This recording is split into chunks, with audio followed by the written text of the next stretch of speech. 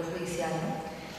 Y obviamente insistiremos en que se pueda también descentralizar la justicia, porque en la medida en que todo sigue centralizado es muy difícil a veces ayudar en esos casos.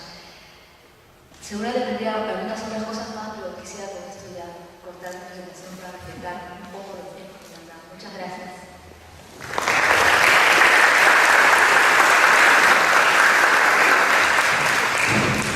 Bueno, gracias a la doctora Gisela Loyola, de manera especial por concluir con un ánimo muy positivo en medio de este contexto desafiante frente a las judicializaciones de los casos por desaparición forzada en el Perú. Vamos a dar la palabra ahora al doctor Carlos Rivera, él es director del área de defensa legal del Instituto del IDL, Instituto de Defensa Legal, institución reconocida nacional e internacionalmente, que tiene como fin la promoción y defensa de los derechos humanos, la democracia y la paz en el Perú y en América Latina. Entre los casos más importantes de desapariciones forzadas que viene trabajando el Instituto de Defensa Legal se encuentran pues casos ya elevados a la Corte Interamericana, como el caso de Frontón, La Cantuta, Ernesto Castillo Páez, entre otros. Damos la bienvenida al doctor Carlos Rivera, tiene la palabra. Muchas gracias. ¿Desde cuándo les ahogar a Cantuta? No, el IDL no patrocina la Cantuta. A ver, hay dos desventajas. Uno, el tiempo es corto y, claro, hacer una exposición sobre desaparición forzada antes de Gloria y Gisela es muy complicado. Voy a tratar de la medida posible no repetir las cosas y de plantear una mirada básicamente desde lo que ha sido la jurisprudencia en materia de desaparición forzada en Perú, ¿no?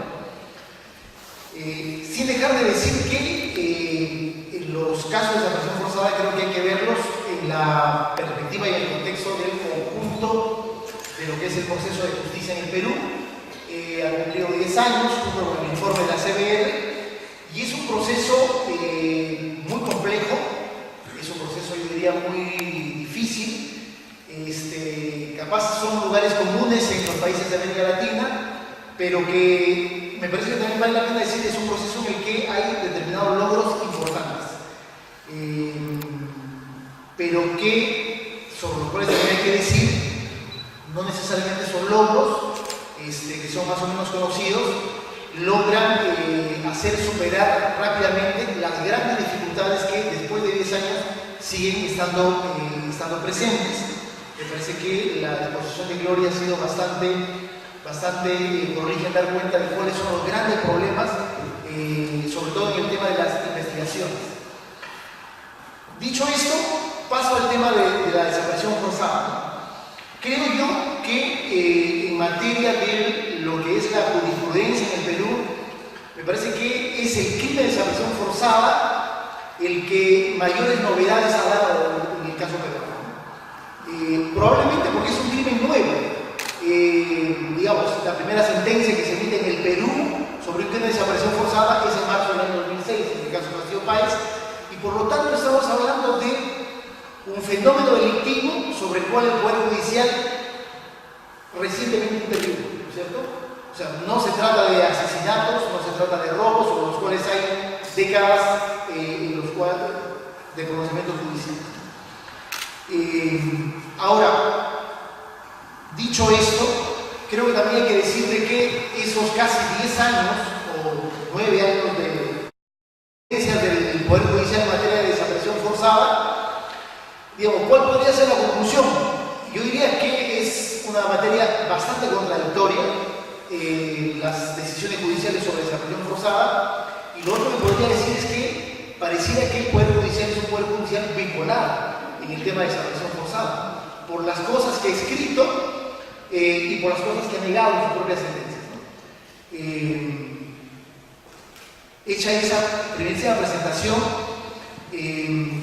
también tengo que decir, de los casos judicializados, es decir, que han tenido o tienen un proceso judicial abierto o que ya se decidieron, que me parece que son aproximadamente 40 casos, de hecho la mayoría son casos de desaparición forzada. Y de hecho la mayoría de casos que están con proceso judicial abierto son casos de desaparición forzada de personas. Eso pareciera ser un buen indicativo, en realidad yo creo que no es tanto, porque si comparamos la cifra de desaparecidos, que son como 15 a 16 mil, a tener 30 casos de desaparición forzada, y de esos 30, como dice Gisela, solo 6 con sentencia firme de la Corte Suprema, nos presenta que hay un déficit de intervención judicial y de decisiones y sentencias que se han emitido en esta materia, ¿no? Por lo tanto, ahí las cosas ya comienzan a ser bastante complicadas. Creo que ha habido algunas etapas en el tema en cuanto a las decisiones judiciales que se han emitido en materia de desaparición forzada. Yo las podría identificar en ese momento, y quisiera que más o menos sea ese un poco el aporte en mi presentación. Yo identificaría un primer momento con 2 sentencias. Justamente la sentencia del caso Castillo-Páez, que es además la primera sentencia que emite el famoso subsistema penal de derechos humanos en un crimen de derechos humanos, y es la sentencia del caso Castillo-Páez, y esa sentencia se emitió en marzo del año 2006, y la siguiente sentencia del caso Chuchi, el año 2007.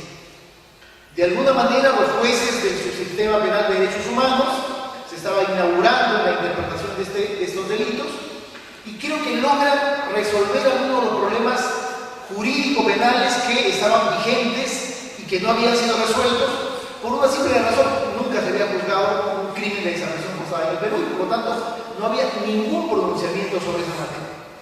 Tanto Castillo-Páez como Chuchi ayudan a definir aparentemente, y de paso deberían emocionarnos a los organismos de derechos humanos, de que iba a haber una línea jurisprudencial favorable a la interpretación más adecuada y más pro derechos humanos del crimen de desaparición forzada.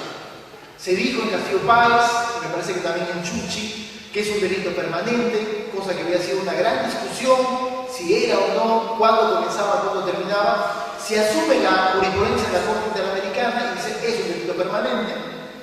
Se afirma que es un delito pluriofensivo que afecta varios derechos. Creo que esa es una tesis ahora un tanto superada, pero hacia el año 2006 era una declaración bastante novedosa. Se hace una afirmación que en realidad creo que es uno de los principales elementos de derrota para la defensa de los perpetradores, en el sentido de que los crímenes de desaparición forzada, aun cuando hayan sido cometidos antes del año 91, que es la fecha en la que se promulga el tipo penal de desaparición forzada en el código de ese año, no son hechos que violentan el principio de legalidad penal, ¿no es cierto? Y que eso significa adicionalmente la posibilidad de que se pueda señalar que hay crímenes, inclusive como los califican, me parece de una manera mucho más clara en Chuchi, que son crímenes de lesa humanidad. Y adicionalmente hay 2 elementos importantes. Uno, que sobre todo me parece que es Castillo-Páez, porque lo declara textualmente, se incorpora un elemento en realidad fundamental, ya no solamente en cuanto a la valoración probatoria de los crímenes de desaparición forzada, sino en general la valoración probatoria de los crímenes contra los derechos humanos, que hay un elemento fundamental que es la utilización de prueba indiciaria para demostrar ese tipo de delitos. Lo dice Castillo-Páez, y creo que es una de las grandes novedades del sistema penal o de este subsistema penal en cuanto a cómo interpretar o qué tipo de prueba utilizar para demostrar un crimen que por lo general, prácticamente en muchos casos, es el crimen perfecto, ¿no es cierto? Y el otro elemento es que hay un instrumento que se viene utilizando hasta el día de hoy, que no es de un tribunal penal, sino es del Tribunal Constitucional, que es la sentencia Villegas-Namucha. Villegas-Namucha aporta en realidad un impulso y un aliento a que no solamente se judicialice delitos de desaparición forzada, sino que adicionalmente se incorpore algunos elementos de valoración del crimen y de cómo se perpetra el crimen a nivel de una instancia penal. Esta primera etapa, yo diría que se cierra, así como se abrió el año 2007, se cerró, o se abre en 2006, se cerró el año 2007 con Castillo, con el caso Chuchi. Inmediatamente entramos entramos a un proceso en el que hay el inicio de una decidida y marcada tendencia de absolución. Recordemos que Castillo Páez y Chuchi son sentencias condenatorias, y yo diría claramente condenatorias.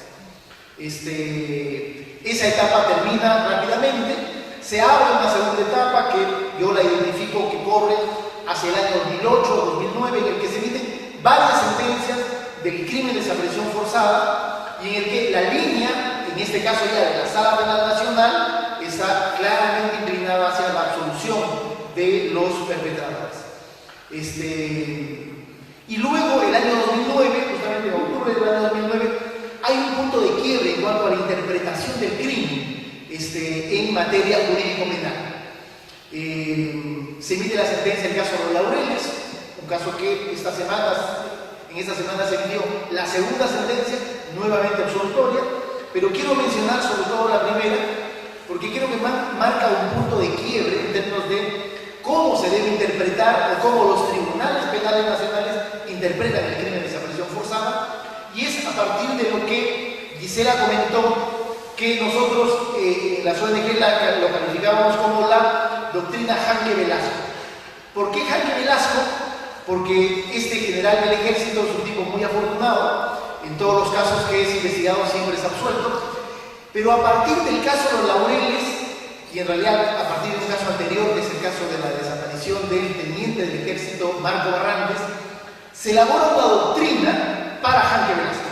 En realidad es el estudio de Nagasaki quien elaboró una doctrina que es asumida por la Corte Suprema, en el sentido de decir, Janque Velasco fue general del ejército hasta el 31 de diciembre del año 90. El delito de desaparición forzada se tipificó en abril del año 91. Nagasaki planteó la tesis de que, por lo tanto, si el tipo penal dice el funcionario público que desaparece o ordena desaparecer, él incorpora una teoría y dice, por lo tanto, el núcleo rector del delito es el funcionario público. Y él dice, Janque Velasco ya no era funcionario público cuando se promulgó la ley de la desaparición forzada. Los tribunales penales asumen esa doctrina y dicen, por lo tanto, si el momento que se tipificó el delito, Janque Velasco ya no era funcionario público, por lo tanto ya no tenía ninguna responsabilidad frente al hecho delictivo que él cometió. Claro, es una teoría bastante mañosa, como muchas de las cosas que hace el buen amigo, nuestro amigo Nagasaki, pero lo más terrible es que hay un tribunal penal que asume esa teoría, y lo más terrible es de que el acuerdo plenario de la Corte Suprema de Justicia de noviembre del año 2009 asume esa teoría y dice que esa teoría va a ser o esa doctrina va a ser doctrina vinculante de la Corte Suprema respecto a los tribunales penales que van a juzgar desaparición forzada. Por lo tanto, hay un punto de quiebre en términos de la interpretación del delito. Lo que se pretendía era una cosa muy clara. Lo que se pretendía era que los crímenes de desaparición forzada en los años 80 queden básicamente en la impunidad. Porque lo que se postulaba es de que los militares, ¿no es cierto?, que habían cometido los crímenes y que eventualmente habían dejado de ser militares en actividad, podrían desvincularse a partir de una interpretación en realidad mañosa del tipo penal y por lo tanto ser excluidos de todo tipo de responsabilidad penal, como efectivamente ocurrió con Janque Velasco, tanto en el caso de Marco Barrantes, un caso del año 88, y de los Laureles, un caso del año 90. Por lo tanto, ya hacia el año 2009 la cosa está bastante complicada. No solamente hay una valoración probatoria abiertamente tendenciosa hacia las liberaciones, hacia las absoluciones de los acusados, sino también hay un elemento de interpretación jurídico-penal que ya no solamente lo plantea el estudio de Nagasaki, sino la mismísima Corte Suprema de Justicia, y que dice que ese va a ser doctrina vinculante. ¿Tuvo un efecto negativo eso sobre los juicios? De hecho, lo tuvo. Varios casos fueron interpretados a partir del acuerdo penal, ¿no es cierto? Y en varios casos se excluye de toda responsabilidad a aquellos funcionarios por el solo hecho de que dejaron de ser funcionarios públicos antes de la tipificación del delito de desaparición forzada. Por lo tanto, se contradecía lo que solo 3 años antes que se había dicho que el crimen es un crimen permanente y por lo tanto no importaba